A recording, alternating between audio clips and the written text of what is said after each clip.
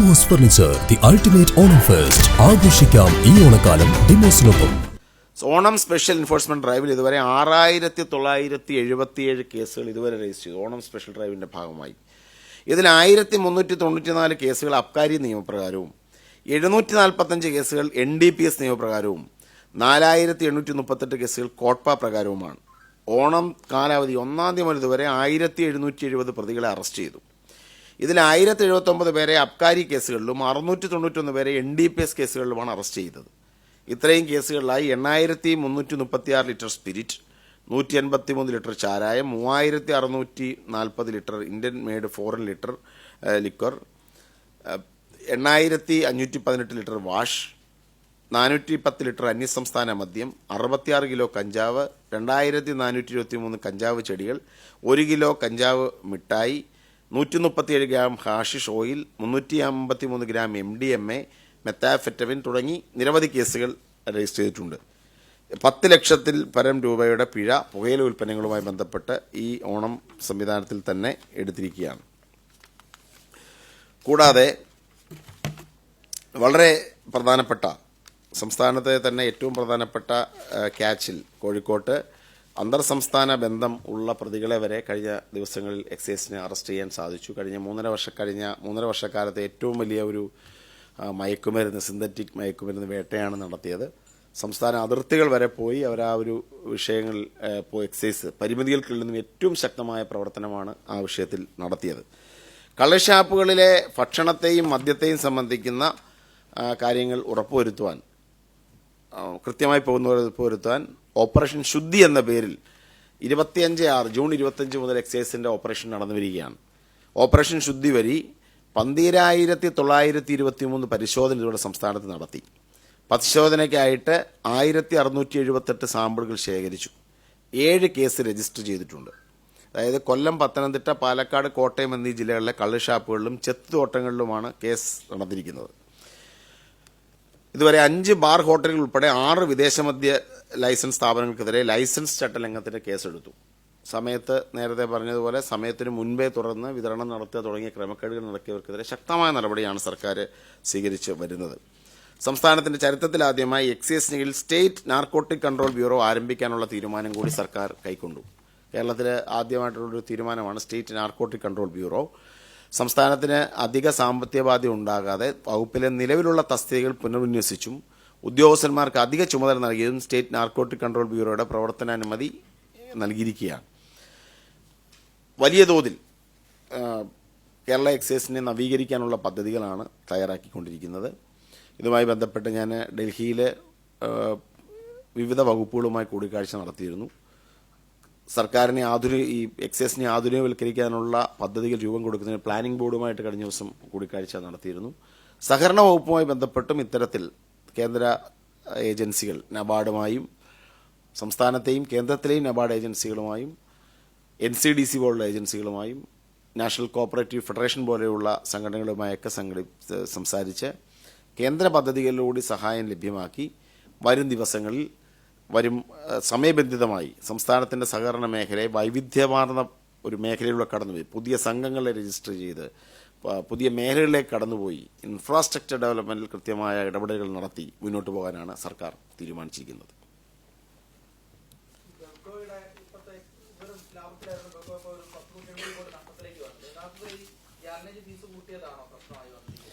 ഇപ്പോൾ അല്ല നഷ്ടത്തിലായത്, കഴിഞ്ഞ സർക്കാർ എടുത്ത തീരുമാനം കൊണ്ടാണ് നഷ്ടത്തിലായത്. അതിന്റെ കാരണം എന്ന് പറഞ്ഞു കഴിഞ്ഞാൽ യഥാർത്ഥത്തിൽ ബെവ്കോയുടെ ഉൽപാദനം അവരുടെ 21,000 കോടിയിലേക്ക് വർദ്ധിക്കുകയാണ് ചെയ്തത്, വിൽപ്പനയും മറ്റു കാര്യങ്ങളും.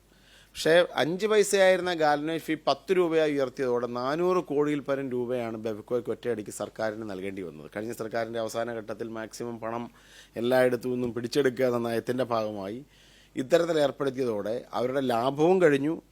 അതിനു പുറമെ റിസർവ് ഫണ്ടിൽ നിന്ന് തന്നെ പണമെടുത്താണ് കൊടുക്കേണ്ടി വന്നത്. അതുകൊണ്ടാണ് ഇത്തരത്തിലൊരു നഷ്ടമുണ്ടായത്. പിന്നെ ഇത്തവണയാണ് യഥാർത്ഥത്തിൽ ഏറ്റവും കുറഞ്ഞ വർധനവുണ്ടായത്. കാരണം ഇവരുടെ എക്സ്ഗ്രേഷ്യ നേരത്തെ 2015-16 80,000 അടുത്ത വർഷം 85,000 പിന്നീടത് 2022 എത്തിക്കഴിഞ്ഞപ്പോൾ 95,000 24 അത് 1,02,000 ഇത്തവണ 2,500 രൂപയുടെ വർധനമാണ് കൊടുത്തത്. കാരണം ഇത്രയും നഷ്ടമെന്ന് പറയുമ്പോൾ കമ്പനിയുടെ പ്രശ്നം കൊണ്ട് ഒരു നഷ്ടം അവർക്ക് ഉണ്ടായിട്ടില്ല.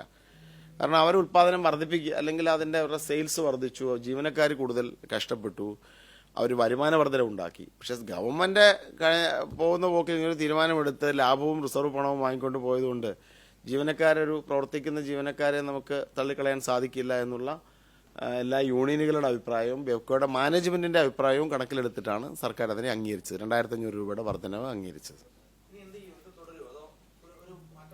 തീർച്ചയായിട്ടും ഇതിപ്പം അതൊക്കെ പിന്നീടുള്ള അടുത്ത വരും വർഷങ്ങളിൽ കമ്പനിയുടെ പ്രവർത്തനം വിലയിരുത്തി ചെയ്യേണ്ട കാര്യമാണ്. എന്താണെങ്കിലും ബെവ്കോയെ പ്രൊഫഷണലൈസ് ചെയ്യാനായിട്ട് തീരുമാനിച്ചിട്ടുണ്ട്. നിലവിൽ ബെവ്കോയുടെ കീഴിൽ പ്രവർത്തിക്കുന്ന ട്രാവൻകൂർ ഷുഗേഴ്സ് സ്ഥാപനമുണ്ട്, മലബാറിലെ ഡിസ്റ്റിലറി ഉണ്ട്. ഈ ഡിസ്റ്റിലറികളെയൊക്കെ തന്നെ മാനേജ്മെന്റിനെ പ്രൊഫഷണലൈസ് ചെയ്യാൻ തീരുമാനിച്ചിരിക്കുകയാണ്. നിലവിൽ ഇപ്പോൾ ബെവ്കോ മാനേജ്മെന്റ് കീഴിൽ ബെവ്കോയിലെ തന്നെ ഉദ്യോഗസ്ഥന്മാരാണ് ഏറ്റവും പ്രധാനപ്പെട്ട കീ പോസ്റ്റുകളിൽ ഇരിക്കുന്നത്. ഇത്രയും പ്രധാനപ്പെട്ട സ്ഥലങ്ങളിലിരിക്കുന്നവരെ ഇത്തരം ഒരു പ്രൊഫഷണൽ അല്ലാത്ത സമീപനം വഴിയല്ല അത്തരം സ്ഥാപനങ്ങളെ കൈകാര്യം ചെയ്യേണ്ടത്. ഇതുമായി ബന്ധപ്പെട്ട റിപ്പോർട്ടുകൾ അതിന്റെ പഠനം നടന്നുകൊണ്ടിരിക്കുകയാണ്. ഞാനിപ്പോൾ ടാക്സ് സെക്രട്ടറിയുടെ കൊടുത്ത റിപ്പോർട്ടിൽ കുറച്ചുകൂടി ഭേദഗതികൾ വരുത്തി തിരികെ തരാൻ ആവശ്യപ്പെട്ടിട്ടുണ്ട്. അപ്പോൾ അതിലൊക്കെ തന്നെ ഇതിന്റെ ഈ ബെവ്കോയുടെ പ്രവർത്തനങ്ങൾ കൂടുതൽ എങ്ങനെ മെച്ചപ്പെടുത്താമെന്നതിനെക്കുറിച്ചുള്ള നിർദ്ദേശങ്ങളുണ്ട്. ട്രാവൻകൂർ ഷുഗേഴ്സിന്റെയും മലബാർ ഡിസ്റ്റിലറീസിന്റെയും പ്രവർത്തനങ്ങളെ കൂടുതൽ പ്രൊഫഷണലൈസ് ചെയ്യാനുള്ള നിർദ്ദേശങ്ങളുണ്ട്. എന്തായാലും സമഗ്രമായ ഒരു മാറ്റം എല്ലാ തലത്തിലും ഉണ്ടാകും.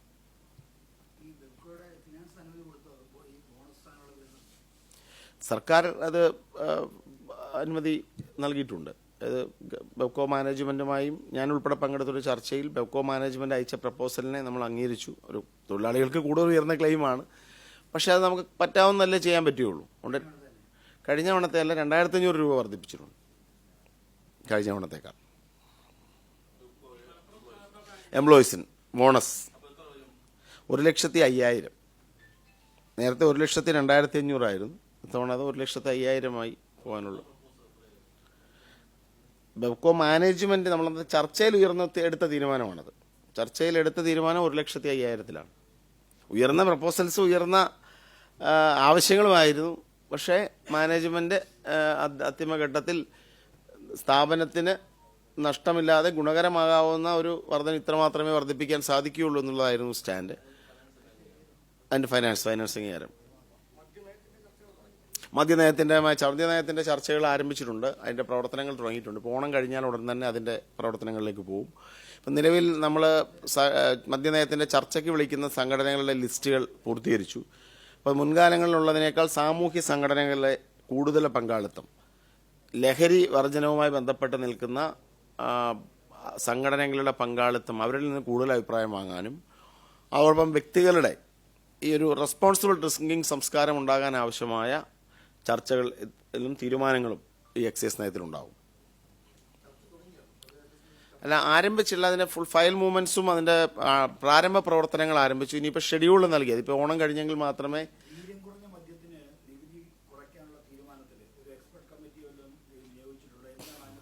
അല്ല, അത് കൃത്യമായി പറഞ്ഞല്ലോ. അത് മദ്യനയത്തിന് ശേഷമാണ് ആ തീരുമാനം നിലവിൽ വരികയുള്ളൂ. മദ്യനയത്തിന്റെ പ്രവർത്തനങ്ങൾ ആരംഭിച്ചു കഴിഞ്ഞു. കൂടാതെ അന്ന് തന്നെ ഗവൺമെന്റ് പുറത്തിറക്കിയ ഫിനാൻസ് ബില്ലിൽ തന്നെ പറഞ്ഞത് എന്നാണോ നോട്ടിഫിക്കേഷൻ വരുന്നത്, നോട്ടിഫിക്കേഷൻ വരുമ്പോൾ മാത്രമാണ് ഇതിൽ തീരുമാനം ഉണ്ടാവുകയുള്ളൂ എന്ന് കൃത്യമായി ഗവൺമെന്റ് പറഞ്ഞിരുന്നു. അത് മദ്യനയത്തിന് ശേഷമല്ലേ ഉണ്ടാവുകയുള്ളൂ. അത് പെട്ടെന്ന് തീരുമാനിക്കുള്ളൂ. ഈ ഒരു മാസത്തിൽ തന്നെ, സെപ്റ്റംബർ മാസത്തിൽ തന്നെ മദ്യനയവുമായി ബന്ധപ്പെട്ട ചർച്ചകൾ വളരെ പെട്ടെന്ന് തന്നെ പൂർത്തി. ഇപ്പൊ ഈ ഓണ ദിവസങ്ങളായതുകൊണ്ടും ഈ വ്യക്തികളും സംഘടനകൾക്കുമെല്ലാം അവരുടേതായ എൻഗേജ്മെന്റ്സ് ഉള്ളതുകൊണ്ടാണ് നമ്മൾ സെപ്റ്റംബർ ആദ്യ വാരത്തിൽ തന്നെ മദ്യനയത്തിന്റെ ചർച്ചകൾ തുടങ്ങാനും എത്രയും പെട്ടെന്ന് വകുപ്പിന്റെ മദ്യനയ ചർച്ചകൾ പൂർത്തീകരിക്കാനുമാണ് തീരുമാനിച്ചിരിക്കുന്നത്.